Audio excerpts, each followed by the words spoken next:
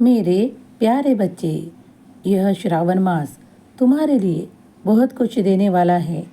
इसका मध्य तुम्हें बहुत आनंदित करेगा, क्योंकि तुम्हारे जीवन में ऐसी कुछ बातें जुड़ने जा रही है जो तुम हमेशा मुझसे प्रार्थनाओं में मांगा करते हो। हाँ, वही तुम्हें दिया जाएगा, लेकिन धैर्य और सब्र के साथ सब कुछ पा लो।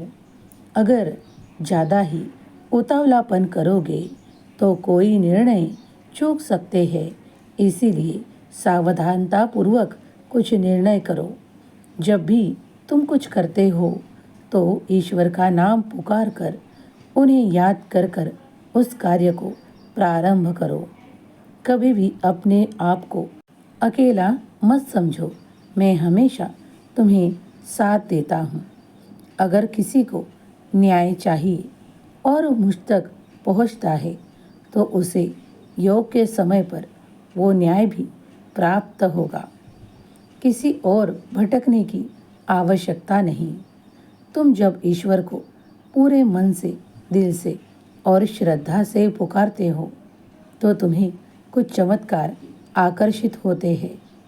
तुम्हारे कुछ ऐसे दिन हैं जो तुम भुला नहीं पा रहे हो, लेकिन आज मैं वो तुम्हारे सारे ऐसे भयावह स्थिति को तुमसे मिटाने के लिए आया हूँ, जब वो तुम्हें कभी भी याद नहीं आएगी और तुम्हारा जीवन खुशियों से भर उठेगा। उन दिनों को याद करने से तुम्हारी तकलीफ़ें बढ़ती है, इसीलिए मैं उन यादों को पोंछ देता हूँ।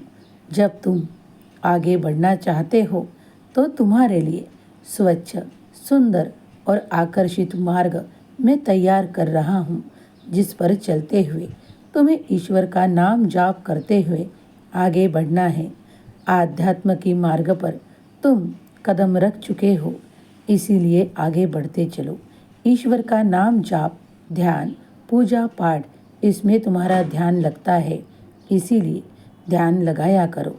वो सबसे श्रेष्ठ कर्म है। जब भी तुम तक कोई पहुंचता है, अगर वो तुमसे सहायता चाहता है तो थोड़ी भी सहायता करोगे तो ईश्वर अधिक खुश होकर तुम्हें आशीर्वादों से भरेंगे। खुश रहो, तुम्हारा कल्याण होगा।